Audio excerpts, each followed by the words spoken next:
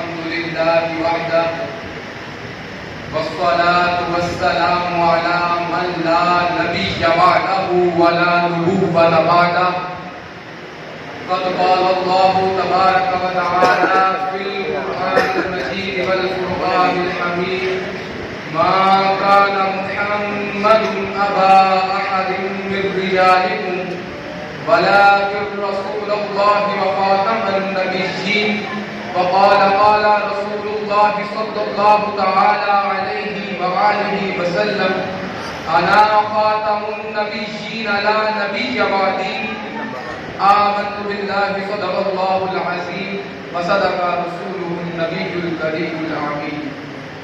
نبوت ختم ہے تجھ پر، رسالت ختم ہے تجھ پر، تیرا دین عرفہ و اعلیٰ شریعت ختم ہے تجھ پر، تیرے ہی ہاتھ سے تکمیل دی اللہ نے فرمائی، ہوا اتمام نعمت کا کہ نعمت ختم ہے تجھ پر.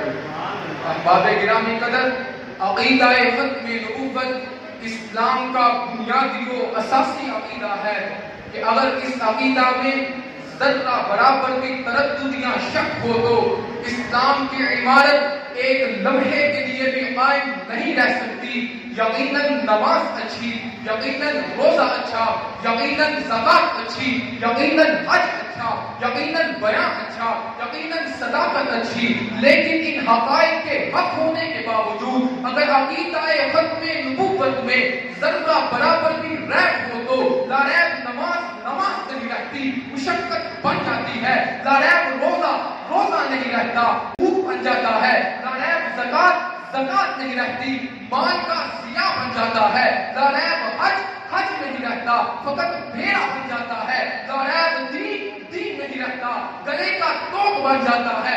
احباب گرامی قدر، اگر عقیدہ ختم نبوت میں ایک رائی کے دانے کے برابر بھی شک ہو تو سارا نظام دین باطل ہو جاتا ہے.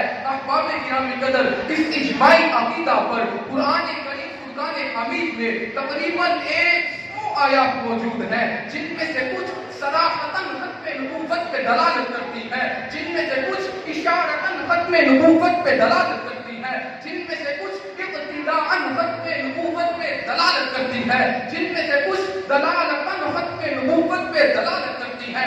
آئیے قرآن کے سمندر میں ہوتا بند ہوتے ہیں. اللہ تبارک و تعالی ارشاد فرماتا ہے: اليوم اکملت لکم دینکم. اس آیت کی تفسیر میں رئیس المفسرین سیدنا عبداللہ بن عباس فرماتے ہیں کہ اس آیت کے بعد کسی اور دین کی ضرورت نہیں رہی، اس آیت کے بعد کسی اور شریعت کی ضرورت نہیں رہی، اس آیت کے بعد کسی اور کتاب کی ضرورت نہیں رہی، اس آیت کے بعد کسی اور نبی کی ضرورت نہیں رہی، اس آیت کے بعد کسی اور رسول کی ضرورت نہیں رہی، اس آیت کے بعد کسی بھی نبی کی ضرورت نہیں رہی.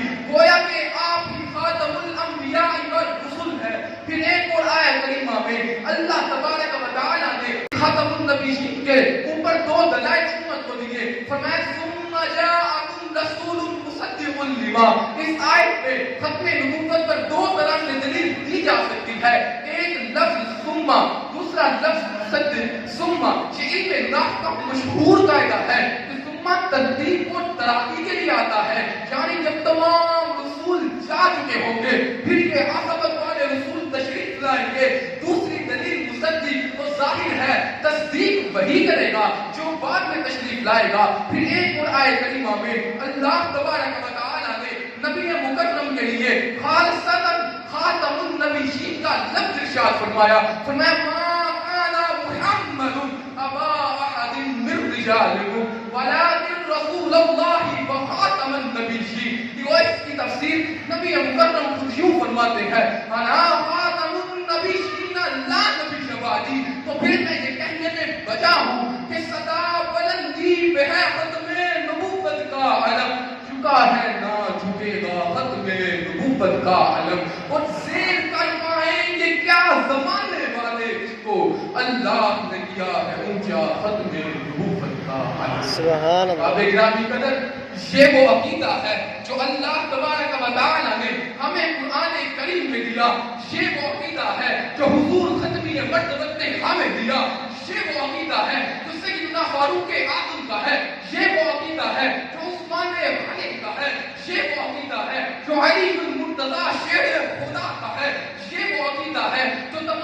صحابہ کرام کا ہے، یہ وہ عقیدہ ہے کہ جس کی خاطر سیدنا صدیق اکبر نے تقریباً 1200 صحابہ کرام کے جسموں کا نذرانہ پیش کیا، یہ وہ عقیدہ ہے کہ جس کی خاطر تقریباً 700 حفاظ نے اپنی جانوں کا نذرانہ پیش کیا، یہ وہ عقیدہ ہے کہ جو حضرت خالد بن ولید کی تلوار کا ہے، یہ وہ عقیدہ ہے جو حضرت بخش بن جلعاد کا ہے، یہ وہ عقیدہ ہے جو صحابہ رسول فیروز تیمی کا ہے، یہ وہ عقیدہ ہے جو ابو مسلم فولانی کا ہے، یہ وہ عقیدہ ہے کہ جس کی خاطر حضرت سیدنا حبیب کے جسم اقدس کے ٹکڑے ٹکڑے کر دیے گئے، یہ وہ عقیدہ ہے کہ جس کی خاطر غازی علم شہید نے پھانسی کے پھندے کو چوم لیا اور امت کو درس دیا۔